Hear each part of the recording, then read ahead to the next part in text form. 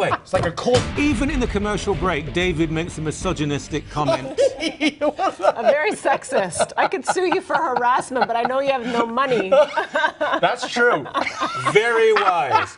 Now, Supreme Court of Canada rules that, I mean, this case, it's terribly worrying, not so much because of what it does itself, but the precedents and the consequences. It's a sexual assault case, which really tends to be a euphemism for rape, but there's a family issue involved as well. It's a woman who's a Muslim. She wants the full covering. In this case, she'll be told she has to show her face. We've had hundreds of years of precedent, Britain and the Commonwealth countries, that you have to be able to see the accuser. Now, in rape cases, frequently the courts will say, no, you can't, because of her sensitivities, which is fully understandable. So that's already taken care of. But in this case, the Supreme Court said, because of Charter protection of religious freedom and rights, if a Muslim woman wants complete covering, she should be able to request that from the judge. 4 judges said that's okay. 2 said probably not. One of them, Rosie Abella, who, I mean, good Lord, how this one even qualified as a lawyer, said whatever the woman wants. But, I mean, she's just a bit of a clown.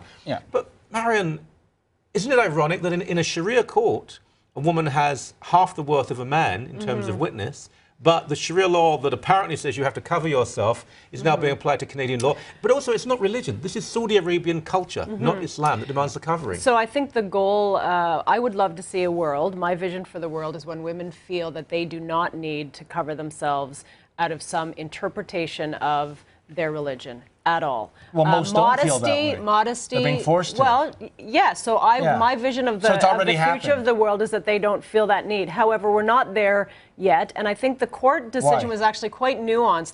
They actually said, why is it an either or? Why can we not try to accommodate the religious freedom, but also ensure that the accused has rights to view the facial expressions? And the final point saying, if there is any sense that the accused would be at a disadvantage, then the favor of the law has to go in favor of the accused, and she would have to take it off. If I may just put this to you, when a Christian parent said, I would like to be told when my child is going to have a sex education class that includes the teaching of anal sex and transgendered sex, and there are... could you tell me, because I may want to excuse him for that class, the court said, no. You'll do what you're told. Do you think we have a double standard here? We're not actually protecting religion, we're protecting Islam? No, I think parents have the right to take their children out of classes that they don't. So why did the court rule in favor of an Islamic approach but against a Christian one? They were trying, if you read the decision very carefully, they were trying to balance competing rights. I don't believe a woman needs to cover herself as an expression of her holiness to her God. I don't believe that. Islam doesn't However, this woman believes that she must do that. And so if there is a disadvantage to the accused from her being covered, I think there's another way to do it, and you mentioned it right off the top, Michael, that there are times when a rape victim does not have to sit in the same courtroom as the accused. But that's not about religion. That's about empathy towards women, David. Yeah, but it's not about religion. But it's not about religion to begin with. As you stated, it's about culture. If you look at the Quran, and don't take my word for it, go to a Muslim scholar. I seldom do, David. Thank you. But no, go to a Muslim scholar, Michael, and you will find that in the Quran that the line is dress modestly. It's not to dress in a Batman costume, you know, when it's 90 degrees in the shade. This is simply about Supreme Court justices lacking in testicular fortitude. They are absolutely dead scared to come down on the rule of law and reason. And they have said, like a bunch of candy-ass wimps, you know what, we're going to just let you lower courts deal with it because, wow, those radicals, man, well, that's not our bag. I don't think that's what this is. They're asking for balance. I think it's because judges, particularly at the Supreme Court level, feel they've failed if they don't change something. They've tried to change the law. Now, I don't understand how they could have been advised on this, because you know what will happen. If there is a case and a man is convicted and the woman has been covered, you know the appeal will begin immediately. So what the court ruling was saying is try to find a way to accommodate both, and if you can't... But how can you? If you can't, then make sure that you err on the side that advantages the accused, not the accuser. Well, and so they bent over backwards to make sure that the rights of the accused were protected. So what you could do, and I get that it's not for religious reasons, but don't force the woman to sit there uncovered in an open courtroom and testify. If it's for religious reasons, it would really mean her face could be seen. All the rest of her body would be covered. But this area here would be seen. Yes, so you and I Michael, are now arguing I want to about see a radical Islamist male. He could be up on anything, you know, car theft, burglary, murder, whatever. And he says, you know what?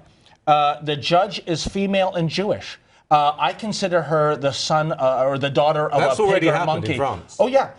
Therefore, I will not be judged by this pig. Or now do we acquiesce? Do we have some nuance? Judges are recused from cases. Oh, so you're agreeing to it? I'm not agreeing to be culturally to that sensitive. reason, but I am saying that there is a precedent. Why are you so Islamophobic? There is a precedent. Why are you so Islamophobic? When the public or somebody feels that that it would call the administration of justice into question, not the religion, not the argument that's happening. Judges can and do and have recused themselves from cases. I want to put something to you. I think as a woman, you're a better person to respond to this than I would be. The theme and the context of this is a woman, I believe incorrectly, but she claims her religiosity and her faith demand that she has a full covering. Now, what are you doing? Pardon me? What are you doing? Scratching myself. The same... I was wondering that. The same context and interpretation of faith that says you have to be fully covered says that if a woman is raped, it's her fault.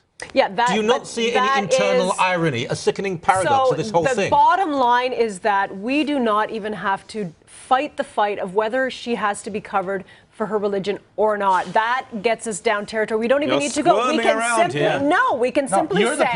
We can simply say that for her to testify in the most comforting way to her, she can be treated like other rape victims and not be forced to sit in an open courtroom. In the court of Michael Corn, Exhibit A, the white, liberal, progressive, Marianne Mead Ward, who want the, multicultural gay society with all the Mead Wards grew up in complete harmony. Amen.